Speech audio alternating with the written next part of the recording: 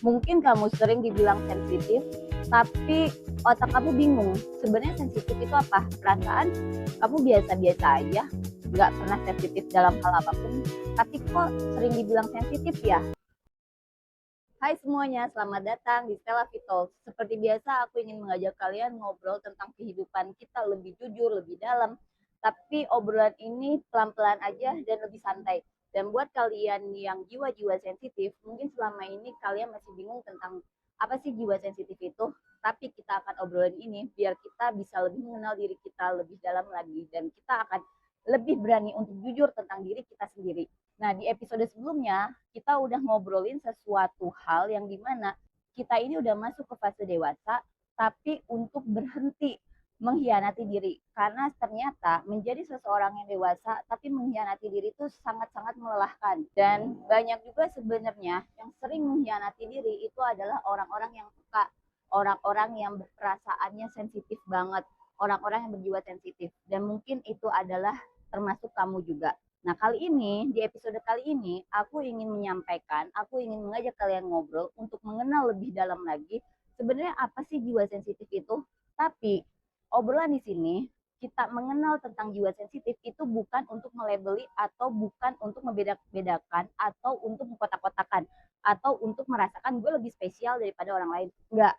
Di sini aku sampaikan tentang jiwa-jiwa sensitif karena apa? Karena kita harus lebih mengenal diri kita sehingga kita akan tahu cara mentreatment, cara kita hidup sebagai orang yang terlahir jiwa sensitif, bagaimana cara kita berhubungan dengan sosial, cara kita menjalani kehidupan kita, cara kita untuk mengenal pola-pola itu. Karena orang-orang yang berjiwa sensitif, kalau kalian nggak mengenal diri kalian, itu kalian akan merasakan fase lebih dari dirinya itu lebih dari orang-orang yang tidak terlahir sebagai jiwa sensitif. Banyak orang-orang yang hidup atau tumbuh dari kehidupannya itu yang sering diomongin kayak gini. Kamu itu orangnya sensitif banget sih, kamu itu peka banget sih, kamu terlalu berperasaan, kamu terlalu ini dan itu segala macam. Dan karena seringnya kita diomongin kayak gitu atau orang-orang sering diomongin kayak gitu sampai akhirnya orang-orang itu banyak yang akhirnya mematikan atau memadamkan kepekaannya itu. Kenapa kayak gitu? Karena kayak aku nggak mau dibilang kayak gitu, aku nggak mau dibeda-bedakan, aku biasa aja kok, aku nggak baperan kok.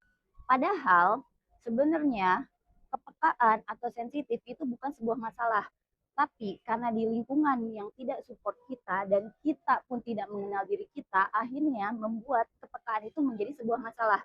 Dan sebelum aku lanjutkan pembahasan ini, aku ingin mengajak kalian untuk mendengarkan cerita dari Yuki, yang dimana mungkin sebenarnya Yuki juga selama ini nggak tahu atau malah dia sendiri menutup bahwa dia adalah orang yang peka, orang yang sensitif, atau mungkin dia juga adalah seseorang yang berjiwa sensitif. Mari kita dengarkan cerita pengalaman dari Yuki. Hai semuanya, balik lagi sama aku Yuki. Nah, aku bakal ceritain pengalaman aku nih tentang topik yang barusan banget Kak Laki omongin.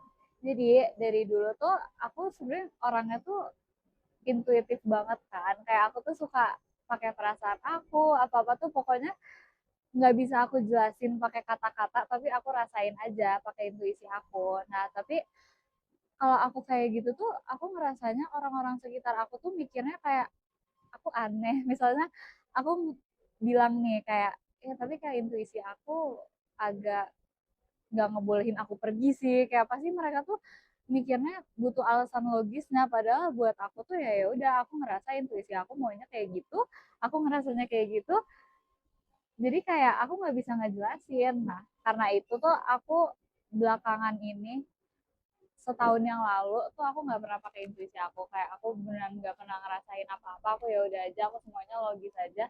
Selama setahun kemarin itu aku nggak pakai intuisi aku tuh aku ngerasanya kayak aku jadi nggak bebas, aku jadi nggak, bukan kayak diri aku aja, aku tuh ngerasa nggak peaceful aja hidup. Terus ya udah kayak aku mulai nggak ngedengerin apa kata orang lain aja, kayak belakangan ini aku ngikutin intuisi aku banget, dan ternyata hidup tuh peaceful banget setelah aku menerima itu. Setelah aku tuh kayak ya udah, aku emang orangnya intuitif, aku emang orangnya perasa, jadi kalau misalnya nggak bisa aku jelasin pakai kata-kata tuh nggak apa-apa, dan ternyata jadi peaceful banget. Nah, kalau kayak gini di Matrisio polanya apa ya? Coba kita tanyain ke Kak Latif. Nah, gimana setelah mendengarkan ceritanya Yuki? Ada yang relate nggak sama cerita Yuki? Atau sebenarnya kalian juga di fase itu sekarang? Nah, sebenarnya untuk orang-orang berjiwa sensitif, itu juga di matriks jiwa itu ada pola yang dimana di matriks jiwa, pola jiwa sensitif itu bukan disebut sebagai sifat, bukan sebuah kata sifat. Tapi pola untuk orang-orang yang berjiwa sensitif di matriks jiwa itu disebut sebagai sistem. Jadi orang-orang yang berjiwa sensitif dalam matriks jiwa itu memiliki sistem. Sistem sensitif, sistem kepekaan, sistem intuitif itu disebut sistem. Jadi bukan disebut sebagai kata sifat. Sistem yang dimaksud itu adalah kayak sistem respon dari syarafnya. Syarafnya itu lebih responsif, sistem emosi yang lebih cepat menangkap emosi yang lain, sistem energi yang lebih cepat terkoneksi dengan energi lain. Itulah makanya kenapa orang-orang yang berjiwa sensitif itu memiliki kepekaan atau sensitivitas yang berbeda. Karena dalam matriks jiwa, sensitif itu adalah bukan kata sifat, tapi sebagai sistem. Yang dimana orang-orang yang memiliki jiwa sensitif, mereka memiliki sistem yang berbeda dari orang lain. Makanya kenapa aku selalu bilang, kalau kita ingin mengenal diri kita, kita ingin mengetahui cara kita hidup, kenalilah sistem kalian dulu.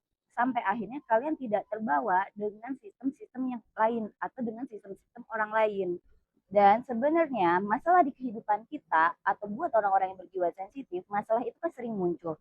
Sebenarnya masalah itu muncul bukan karena kepekaan itu, tapi masalah itu muncul karena kita tidak mengenali sistem diri kita sendiri dan kita menolak sistem itu sampai akhirnya kita jadi kayak menutup kepekaan kita, kita nggak mau dibilang peka, kita malah takut atau kayak kita nggak bisa nerima, itu yang mengakibatkan jadinya tubuh kita itu banyak masalah karena sistem awal atau sistem intinya kita aja kita tidak terima. Aku sering lihat, bahkan menurut aku ya, aku dulu pun sama seperti kalian kayak aku tuh dulu adalah orang yang memang aku udah tahu aku peka, tapi aku itu jadi kayak hidup dengan cara keras pada diri sendiri. Kenapa aku kayak hidup dengan keras pada diri sendiri? Ya karena itu aku tidak menerima dengan sistem itu dan sampai akhirnya aku mengalami hal-hal tertentu yang pastinya nggak enak di kehidupan kita. Makanya kenapa aku sekarang mengajak kalian untuk mengenali sistem kalian, mengenali diri kalian sebagai jiwa-jiwa yang sensitif, karena kalau kita tidak menerima atau kita terbiasa dengan hidup keras kepada diri sendiri, itu udah pasti akan menimbulkan banyak masalah. Nah, di sini aku tidak akan membahas jiwa-jiwa sensitif dengan label-label tertentu. Mungkin kalian udah ada beberapa orang yang tahu label-label yang diberikan kepada orang-orang yang berjiwa sensitif. Tapi kali ini aku akan menyampaikan kepada kalian bahwa orang jiwa-jiwa sensitif itu memiliki beberapa ciri-ciri tertentu.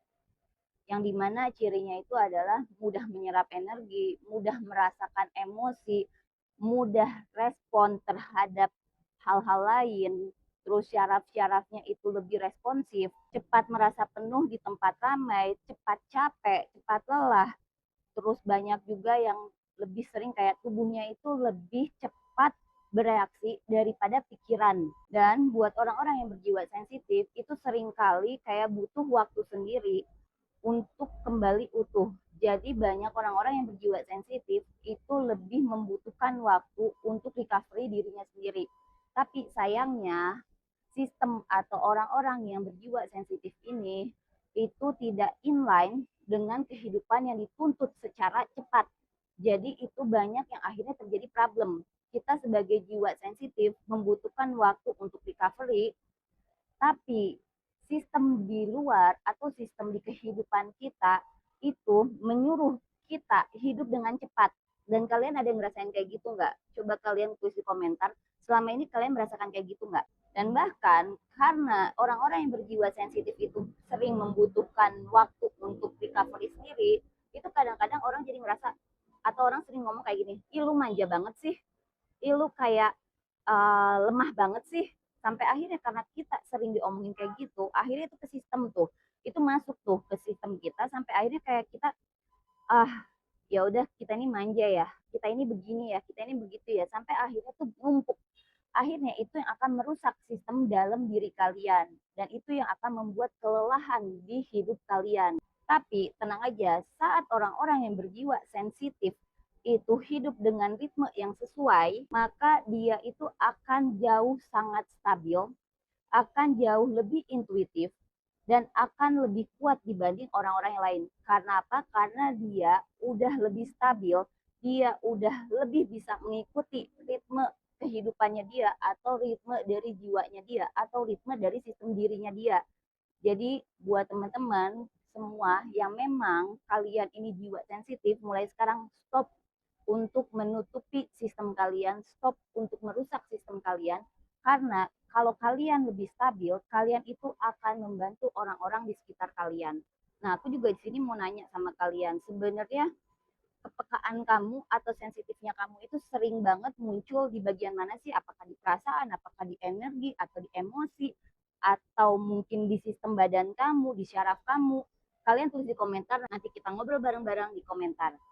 Nah, buat kalian, kalau kalian pengen mengenal diri kalian lebih dalam dan kalian ingin mengenal matriks jiwa kalian, kalian bisa kunjungi Ruang Lavi atau kalian bisa datang ke websitenya Ruang Lavi www.ruanglavi.com. Di situ udah banyak banget tools untuk mengenal diri, tools untuk mengenal matriks jiwa. Dan kalau kalian sedang pembahasan ini tapi lebih fun, lebih chill, lebih santai, kalian bisa kunjungi media sosialnya Selfie Life. Nah, episode ini nggak akan berakhir di sini. Sebelum aku menyampaikan pesan dan sebelum aku mengajak kalian melihat behind the scene dari video ini, aku ingin mengajak kalian untuk pembahasan di episode selanjutnya itu adalah kita akan membahas yang paling sering dialami oleh orang-orang yang berjiwa sensitif. Kenapa kita sering capek di dunia yang serba ngebut ini? Dan kita akan bahas di episode selanjutnya. Nah, sekarang aku ingin mengajak kalian untuk melihat behind the scene dari video ini. Kita akan seru-seruan, dan setelah kita melihat behind the scene, aku akan menyampaikan sebuah pesan yang mungkin ini adalah jawaban dari pertanyaan kalian selama ini. Jatuh ininya karena aku gerak-gerak. Di sini aku bakal ceritain pengalaman aku nih tentang ini. Ntar Kak, aku ulang dulu ya. Hai semuanya, bantalnya jatuh. Bantalnya jatuh. Jadi, emang iya? Oh, oke, oke. Oh iya, ingat. Oke.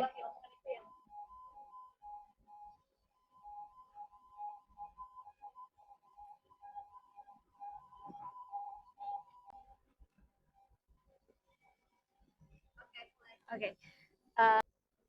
Terus habis itu apa, Kak? Nah, di sini. Nah, gimana setelah dengerin cerita Kera? Aku mau bilang Kera karena kebiasaan mulutnya. Kalian kalau misalnya senang pembahasan seperti ini, kalian jangan lupa subscribe. Nah, gimana kalau setelah kalian nonton behind the scenes ya? Di setiap episode itu pasti ada sesuatu cerita yang ada untuk kita senang-senang, seru-seruan. Dan sekarang aku ingin mengajak kalian untuk lebih tenang, karena aku ingin mengajak kalian untuk mendengarkan sebuah pesan yang akan aku sampaikan, yang dimana mungkin ini adalah jawaban dari yang selama ini kalian cari. Sebelum aku menyampaikan pesan, mari kita tenang dan kita tarik nafas dulu untuk lebih tenang.